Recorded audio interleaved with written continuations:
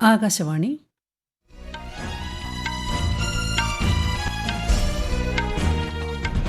നമസ്കാരം. വാർത്തകൾ വായിക്കുന്നത് ലിൻസ സിറാജ്.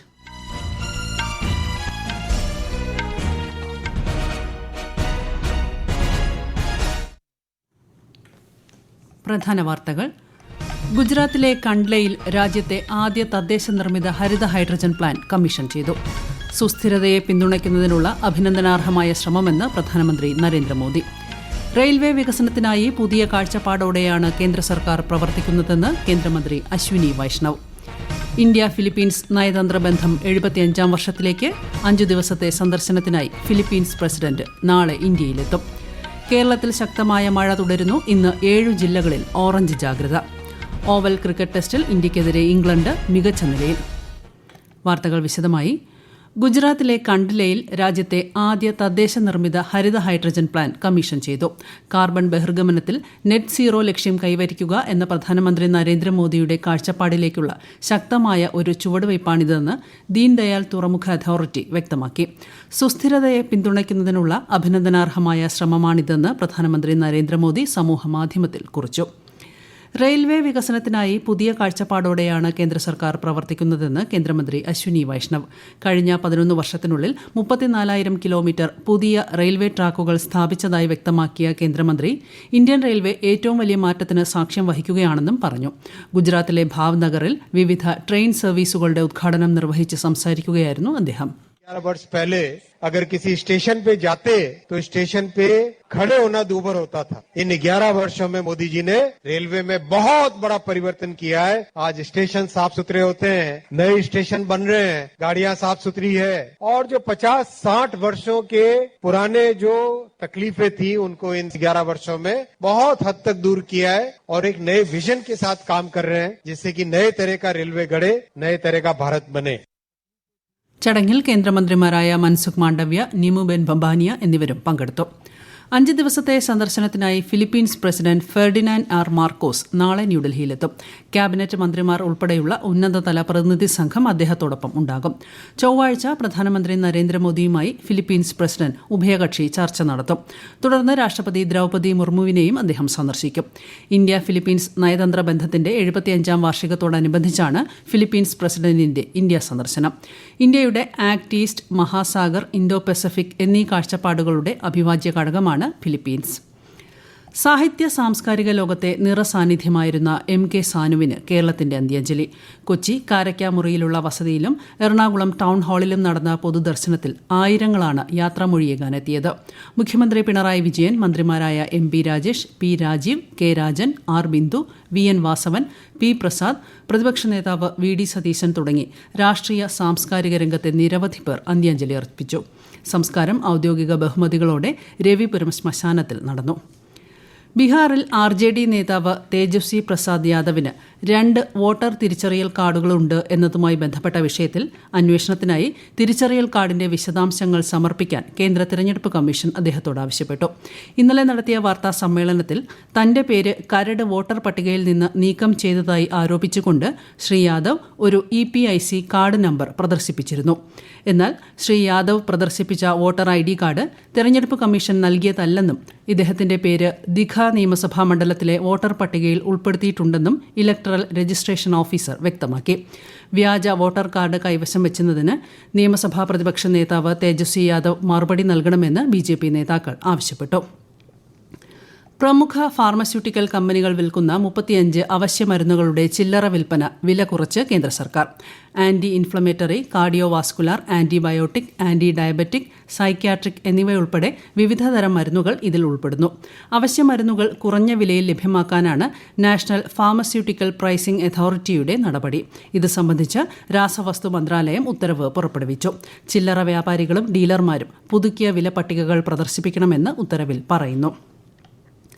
പ്രധാനമന്ത്രി ജൻധൻ അക്കൌണ്ടുകൾ 55 കോടി കടന്നതായി കേന്ദ്ര ധനമന്ത്രി നിർമ്മല സീതാരാമൻ. അക്കൌണ്ട് ഉടമകളിൽ 56% സ്ത്രീകളാണ്. ഈ അക്കൌണ്ടുകളിലെ മൊത്ത നിക്ഷേപം 2.5 കോടി കടന്നതായി ധനമന്ത്രി പറഞ്ഞു. ലോകത്തെ ഏറ്റവും വലിയ സാമ്പത്തിക ഉൾപ്പെടുത്തൽ സംരംഭങ്ങളിലൊന്നാണിതെന്നും ഈ വർഷം 3 കോടി ജൻധൻ അക്കൌണ്ടുകൾ കൂടി തുറക്കാൻ ലക്ഷ്യമിടുന്നതായും ശ്രീമതി നിർമ്മല സീതാരാമൻ വ്യക്തമാക്കി. ഈ വാർത്തകൾ ആകാശവാണിയിൽ നിന്ന്. ആകാശവാണി വാർത്തകളും വാർത്താധിഷ്ഠിത പരിപാടികളും all India radio news Thiruvananthapuram YouTube ചാനലിലും @all India radio news Thiruvananthapuram Facebook പേജിലും AR_News_തിരുവനന്തപുരം ഇൻസ്റ്റഗ്രാം അക്കൌണ്ടിലും @AR_News_TVM X ഹാൻഡിലും ലഭ്യമാണ്. കേരള ഫിലിം പോളിസി കോൺക്ലേവിന് തിരുവനന്തപുരത്ത് സമാപനം. ചലച്ചിത്ര സംവിധായകൻ അടൂർ ഗോപാലകൃഷ്ണൻ സമാപന സമ്മേളനം ഉദ്ഘാടനം ചെയ്തു. നല്ല സിനിമ നല്ല നാളെ എന്നതുകൊണ്ട് ഉദ്ദേശിക്കുന്നത് കാലിക പ്രസക്തിയുള്ള സിനിമകളാണെന്നും സിനിമാ പ്രദർശനത്തിന് സർക്കാർ നിയന്ത്രണത്തിലുള്ള സംവിധാനം വേണമെന്നും ശ്രീ അടൂർ ഗോപാലകൃഷ്ണൻ പറഞ്ഞു. 2 ദിവസത്തെ കോൺക്ലേവിൽ നടന്ന ചർച്ചകളുടെ അടിസ്ഥാനത്തിൽ രൂപീകരിച്ച സിനിമാ നയം സർക്കാരിന് സമർപ്പിക്കും. മന്ത്രി KN ബാലഗോപാൽ അധ്യക്ഷത വഹിച്ച ചടങ്ങിൽ മന്ത്രി സജി ചെറിയാൻ, ചലച്ചിത്ര അക്കാദമി ചെയർമാൻ പ്രേംകുമാർ ഉൾപ്പെടെയുള്ളവർ പങ്കെടുത്തു.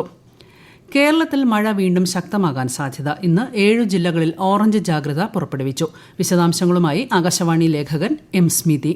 ഇന്ന് ഉച്ചവരെ ആലപ്പുഴ, കോട്ടയം, എറണാകുളം, ഇടുക്കി ജില്ലകളിലായിരുന്നു ഓറഞ്ച് ജാഗ്രത. വൈകുന്നേരത്തോടെ തിരുവനന്തപുരം, കൊല്ലം, പത്തനംതിട്ട, ആലപ്പുഴ, കോട്ടയം, എറണാകുളം, ഇടുക്കി എന്നീ ജില്ലകളിലേക്ക് ഓറഞ്ച് ജാഗ്രത പുറപ്പെടുവിച്ചിട്ടുണ്ട്. എറണാകുളം, കൊല്ലം, തിരുവനന്തപുരം ജില്ലകളിൽ വിവിധ ഭാഗങ്ങളിൽ വളരെ ഉയർന്ന തിരമാലകൾ ഉണ്ടാകുമെന്ന മുന്നറിയിപ്പുമുണ്ട്. നീണ്ടകരയിൽ മത്സ്യബന്ധന ബോട്ടുകൾ കടലിൽ പോകുന്നതിനെതിരെ അനൗൺസ്മെന്റ് അടക്കമുള്ള അറിയിപ്പുകൾ നൽകിയിട്ടുണ്ടെന്ന് കോസ്റ്റൽ പോലീസ് വൃത്തങ്ങൾ അറിയിച്ചു. ഞായറാഴ്ചയായതിനാൽ കൊച്ചിയിൽ നിന്ന് മത്സ്യബന്ധന ബോട്ടുകൾ കടലിൽ പോയിട്ടില്ലെന്നും കോസ്റ്റൽ പോലീസ് വൃത്തങ്ങൾ ആകാശവാണിയോട് പറഞ്ഞു. Thiruvananthapuram Shri Chithira Thirunal institute of medical sciences and ടെക്നോളജിയിൽ പ്രധാനമന്ത്രി സ്വാസ്ഥ്യ സുരക്ഷാ യോജന പ്രകാരം പുതുതായി നിർമ്മിച്ച ആശുപത്രി ബ്ലോക്കിലേക്ക് 255 പുതിയ തസ്തികകൾ കേന്ദ്ര സർക്കാർ അനുവദിച്ചു. ഇതനുസരിച്ച് 102 നഴ്സിംഗ് ഓഫീസർമാരെയും 57 സീനിയർ റെസിഡന്റുകളെയുമാണ് നിയമിക്കുക. ന്യൂറോ സർജറി, കാർഡിയോ വാസ്കുലാർ ഗവേഷണം, അനുബന്ധ മേഖലകൾ എന്നിവയുടെ ആഗോള കേന്ദ്രമായി ശ്രീചിത്ര ഉയർന്നുവരുന്നതിന് ഈ നിയമനങ്ങൾ ആക്കം കൂട്ടുമെന്ന് BJP സംസ്ഥാന അധ്യക്ഷൻ രാജീവ് ചന്ദ്രശേഖർ പ്രസ്താവനയിൽ അറിയിച്ചു. ജമ്മുകശ്മീരിലെ കുൽഗാമിൽ 3-ാം ദിവസവും ഭീകരവിരുദ്ധ ഓപ്പറേഷൻ തുടരുന്നു. അഖൽ ദേവ്സർ പ്രദേശം കേന്ദ്രീകരിച്ചാണ് സൈന്യവും പോലീസും CRPF-ഉം സംയുക്തമായി തെരച്ചിൽ നടത്തുന്നത്. വെള്ളിയാഴ്ച ആരംഭിച്ച ഓപ്പറേഷനിൽ ഇതുവരെ 3 ഭീകരർ കൊല്ലപ്പെട്ടു. ഇന്ത്യയ്ക്കെതിരായ ഓവൽ ക്രിക്കറ്റ് ടെസ്റ്റിന്റെ 4-ാം ദിവസം ഇംഗ്ലണ്ടിന്റെ 2ാം ഇന്നിംഗ്സ് ബാറ്റിംഗ് പുരോഗമിക്കുന്നു. 374 റൺസ് വിജയലക്ഷ്യവുമായി ബാറ്റ് ചെയ്യുന്ന ഇംഗ്ലണ്ട് ഒടുവിൽ വിവരം ലഭിക്കുമ്പോൾ 3 വിക്കറ്റിന് 252 റൺസ് എന്ന ശക്തമായ നിലയിലാണ്. 5 മത്സരങ്ങളടങ്ങിയ പരമ്പരയിലെ അവസാന ടെസ്റ്റാണിത്. പരമ്പരയിൽ ഇംഗ്ലണ്ട് 2-1 മുന്നിലാണ്. ഇന്ത്യൻ ഉൽപ്പന്നങ്ങൾ വാങ്ങുക, വിൽക്കുക എന്ന ലക്ഷ്യത്തോടെ ഇന്ത്യൻ ഉൽപ്പന്നങ്ങൾ നമ്മുടെ അഭിമാനം എന്ന സന്ദേശം മുന്നോട്ട് വെച്ച് പ്രചാരണം ആരംഭിക്കുമെന്ന് confederation of all India traders. 48,000-ലധികം വ്യാപാര സംഘടനകളെ ഉൾപ്പെടുത്തി ഈ മാസം 10 മുതൽക്കാണ് പ്രചാരണം സംഘടിപ്പിക്കുക. ന്യൂഡൽഹിയിൽ ഇന്നും നാളെയുമായി നടക്കുന്ന ദേശീയ വ്യാപാരി നേതാക്കളുടെ സമ്മേളനത്തിലാണ് ഈ തീരുമാനം. ഉത്തർപ്രദേശിലെ ഗോണ്ടയിൽ ഇന്ന് രാവിലെയുണ്ടായ വാഹനാപകടത്തിൽ 11 പേർ മരിച്ചു, 4 പേർക്ക് പരിക്കേറ്റു. ഗോണ്ടയിലെ പൃഥ്വിനാഥ് ക്ഷേത്രത്തിലേക്ക് പോവുകയായിരുന്ന വാഹനം നിയന്ത്രണം വിട്ട് റഹിറ ഗ്രാമത്തിനു സമീപത്തെ കനാലിലേക്ക് വീഴുകയായിരുന്നു. സംഭവത്തിൽ പ്രധാനമന്ത്രി നരേന്ദ്രമോദി ദുഃഖം രേഖപ്പെടുത്തി. മരിച്ചവരുടെ കുടുംബങ്ങൾക്ക് പ്രധാനമന്ത്രിയുടെ ദേശീയ ദുരിതാശ്വാസ നിധിയിൽ നിന്ന് 2 ലക്ഷം രൂപ വീതവും പരിക്കേറ്റവർക്ക് 50,000 രൂപ വീതവും നൽകുമെന്ന് അദ്ദേഹം പറഞ്ഞു. ഇസ്രായേലുമായുള്ള വെടിനിർത്തലിനെ തുടർന്ന് ഇറാന്റെ വ്യോമാതിർത്തി പൂർണ്ണമായും തുറന്നു. ആഭ്യന്തര അന്തർദേശീയ വിമാന സർവീസുകൾ സാധാരണ നിലയിലായതായി ഇറാന്റെ സിവിൽ ഏവിയേഷൻ ഓർഗനൈസേഷൻ അറിയിച്ചു. ടെഹ്റാനിൽ ഇസ്രായേൽ നടത്തിയ വ്യോമാക്രമണത്തിനു ശേഷം ജൂൺ 13-നാണ് ഇറാൻ വ്യോമാതിർത്തി പൂർണ്ണമായും അടച്ചത്. റഷ്യയിലെ തീരനഗരമായ സോച്ചിക്ക് സമീപമുള്ള എണ്ണ സംഭരണ കേന്ദ്രത്തിൽ വൻ തീപിടുത്തം. ആളപായം റിപ്പോർട്ട് ചെയ്തിട്ടില്ല. യുക്രൈൻ ഡ്രോൺ ആക്രമണം നടത്തിയതാണ് അപകടത്തിന് കാരണമെന്ന് റഷ്യ ആരോപിച്ചു.